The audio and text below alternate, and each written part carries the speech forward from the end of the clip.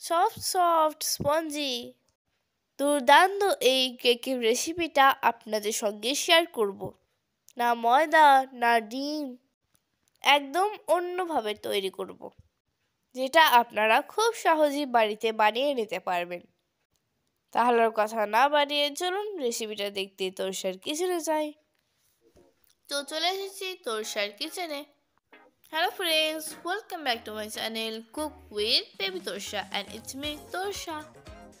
Video শুরু করার আগে আপনাদের কাছে অনুরোধ রইল, প্লিজ প্লিজ প্লিজ আমার চ্যানেলটাকে সাবস্ক্রাইব করবেন আর ফটাফট একটা লাইক দিয়ে পুরো ভিডিওটা দেখবেন। তো প্রথমে গরম দুধ দিয়ে নিয়েছি ওই 300 ml মতো। এবার 1 চামচ ভিনেগার নিয়ে দুধটাতে মিক্স করে দিলাম। তো এটা ঢাকা দিয়ে 5 মিনিট মতো রেখে দিয়ে আমি চিনিটা পাউডার করে নিচ্ছি। চিনিটা পাউডার করা থাকলে মিক্স করতে সুবিধা হয়। তো এখন দেখছেন দুধটা ছানা ছানা হয়ে গেছে। এর সঙ্গে চিনি পাউডারটা ভালো করে মিক্স করে নিচ্ছি। যারা ডিম দেওয়া কেক পছন্দ করেন না তারা এভাবে বানাবেন, দেখবেন খুব ভালো লাগবে। তো দিয়ে দিলাম হাফ কাপ সাদা তেল। এখন এর মধ্যে দিয়ে দিলাম 1 কাপ আটা। আবারও মিক্স করে নিচ্ছি। কেকের ব্যাটার যত ভালো মিক্স হবে কেক তত নরম হবে। দিলাম অল্প একটু বেকিং সোডা আর 1 চামচ বেকিং পাউডার। ফ্লেভারের জন্য একটু এলাচ গুঁড়ো দিলাম। আপনারা চাইলে যে কোনো এসেন্স দিতে পারেন। তো খুব ভালোভাবে মিক্স করা হয়ে গেছে। এখন এরকম কয়েকটা স্টিলের বাটি নিয়েছি। বাটিগুলো একটু তেল ব্রাশ করে দিচ্ছি যাতে কেকগুলো সহজেই উঠে আসে। বাটির মধ্যে এরকম কাগজ কেটে বসিয়ে দিলাম। বাটিগুলো রেডি করা হয়ে গেলে ব্যাটারটা আরও একবার ভালো করে মিক্স করে নিচ্ছি।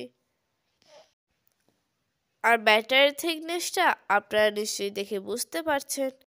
এবার বাটিগুলোর মধ্যে অল্প একটু করে ব্যাটার ঢেলে দিলাম। ভর্তি ভর্তি করা যাবে না, কারণ কেকগুলো তো আবার ফুলবে। আর উপরে একটু ড্রাই ফ্রুটস ছড়িয়ে দিলাম যাতে দেখতে ভালো লাগে। একটা কড়াই আগের থেকেই প্রিহিট করে রেখেছিলাম। এখন একটা প্লেট তার মধ্যে রেখে বাটিগুলো একে একে বসিয়ে দিলাম। বাটিগুলো সাবধানে বসিয়ে দিলাম আর গ্যাসের ফ্লেমটা লো করে দিলাম। এবার একটা ঢাকনা দিয়ে দিলাম। 30 মিনিট অপেক্ষা করব। ঢাকনা যে ছিদ্রটা ছিল ওটা কাগজ দিয়ে বন্ধ করে দিলাম। এ বাবা, কি অবস্থা দেখেন! এত ফুলেছে যে সাইড দিয়ে গড়িয়ে গেছে। আমি তো ভাবিনি যে এত ফুলবে। তাহলে আরো কম করে ব্যাটারটা ঢালতাম। যাই হোক, একটা টুথপিক দিয়ে দেখে নিলাম কিছু লেগে থাকছে না, তার মানে কেকগুলো হয়ে গেছে। ঠান্ডা হওয়ার পর কেকগুলো রিমুভ করতে হবে, না হলে ভেঙে যাবে। কত সুন্দর স্পঞ্জি হয়েছে সেটা আপনারা দেখে নিশ্চয়ই বুঝতে পারছেন। খেতে কি অসম্ভব মজাদার হয়েছিল, জাস্ট বলে বোঝাতে পারবো না।